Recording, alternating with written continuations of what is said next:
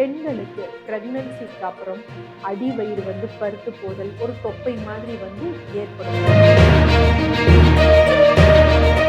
எது இவங்க தொப்பைன்னு சொல்றாங்க அப்படின்றத வந்து பார்க்கணும். மெயின் விஷயம் என்னன்னா, மசில் வந்து என்ன ஆகும் அப்படின்னா தளர்ந்து போயிடும். தளர்ந்து போய் என்ன அப்படின்னா, நம்ம அடி வயிற்றுக்கு கீழே வந்து வயிறு வந்து தொங்குவது போன்று வந்து இருக்கும். இது ஓரளவுக்கு தான் நமக்கு பலன் தரும்.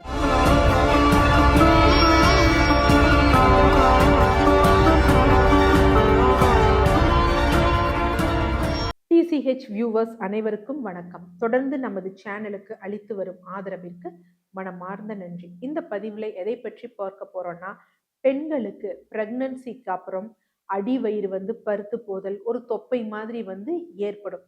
ஸோ இது என்ன காரணம், இதை வந்து எப்படி நம்ம ரிவர்ஸ் பண்ணலாம் அப்படிங்கிறத தான் இந்த பதிவில் வந்து பார்க்க போகிறோம். யூஸ்வலாக கர்ப்ப காலங்களில் என்ன ஆகும் அப்படின்னா, நம்மளுடைய அப்டாமினல் மசில்ஸ், அந்த வயிற்று பகுதி, அந்த தசைஸ் வந்து என்ன செய்யும், நல்லா வந்து எக்ஸ்டெண்ட் ஆகும்.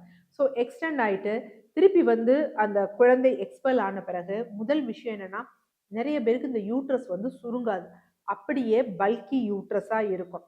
எதற்காக நான் இதை சொல்கிறேன் அப்படின்னா, எது இவங்க தொப்பைன்னு சொல்கிறாங்க அப்படிங்கிறத வந்து பார்க்கணும். அப்போ பல்கி யூட்ரஸால தான் நம்ம வயிறு பெருசாக இருக்குது அப்படின்னு வச்சுக்கோங்களேன்.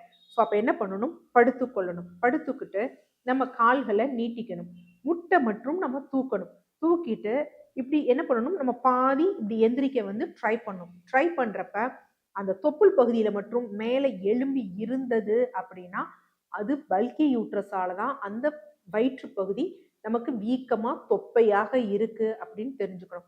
ஸோ இதற்கு என்ன பண்ணணும்னா, இது தொப்பை கிடையாது, என்ன அப்படின்னு பார்த்தீங்கன்னா பல்கி யூட்ரஸ். ஸோ பல்கி யூட்ரஸை இது பண்ணாதான் அந்த நடு வயிற்று பகுதி நமக்கு வீக்கம் வந்து குறைய வந்து ஆரம்பிக்கும்.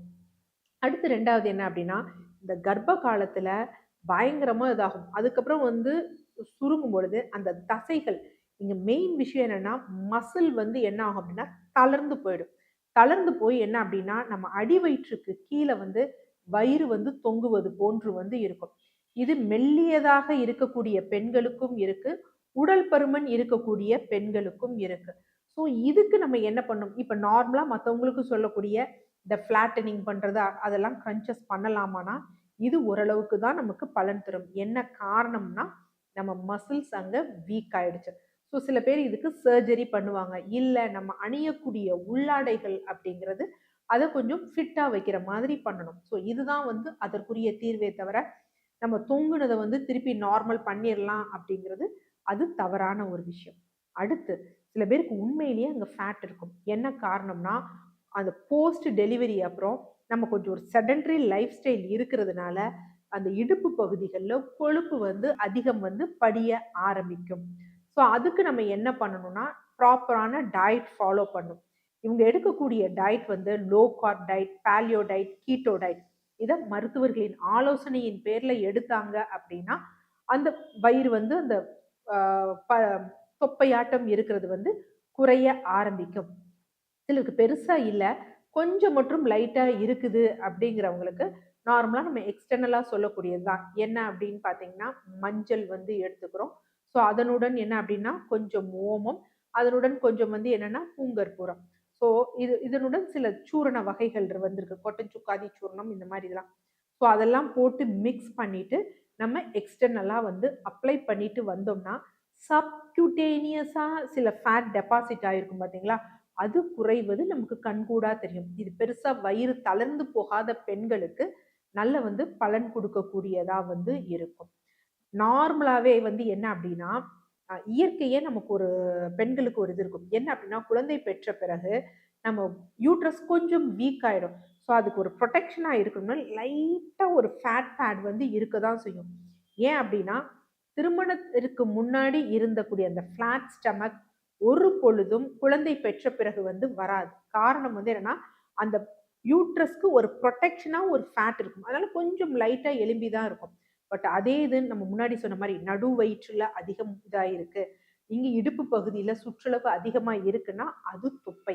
அதற்கு உரிய வகையில நம்ம சிகிச்சை எடுக்கணும். அது மாதிரி குழந்தை பெற்ற பிறகு அந்த அந்த தாய்மார்கள் இருக்காங்க பார்த்தீங்களா, பாலும் அதிகமா சுரக்கணும்.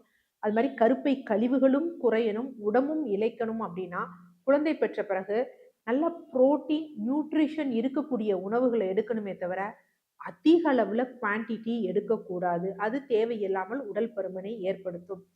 அது மாரி முன்னாடிலாம் சொல்லுவாங்க, குழந்தை பெத்தவங்களா பத்தியமா இரு, காலைல சீக்கிரம் எந்திரிச்சு சாப்ட்ரு, லேட் நைட் வந்து சாப்பிடாதன்னு.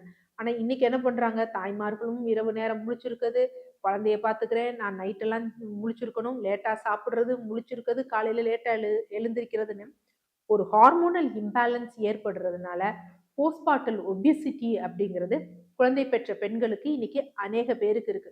ஸோ இதெல்லாம் நம்ம லைஃப் ஸ்டைல்ல நம்ம மாத்தணும். கல்யாண முருங்கை கீரை. இது குழந்தை பெற்ற பெண்கள் முதல் 3 மாதம் வந்து சாப்பிடணும். ஒன்று மதிய உணவா சாப்பிடணும். இல்ல காலையில என்னன்னா அரைச்சு சாறா வந்து எடுத்துக்கலாம். ஸோ இந்த மாரி எடுக்கிறப்ப இந்த பல்கி யூட்ரஸ் வருது பார்த்தீங்களா? அது ஏற்படாது. கருப்பை கழிவுகளும் போகும். ஸோ பெண்கள் வந்து ஆரோக்கியமாக இருப்பாங்க. அதனால இது பொது விதி கிடையாது. உங்களுடைய தேவை, உங்களுடைய நிலை என்னன்னு பார்த்து சிகிச்சை எடுக்கிறது தான் சிறப்பு. நன்றி.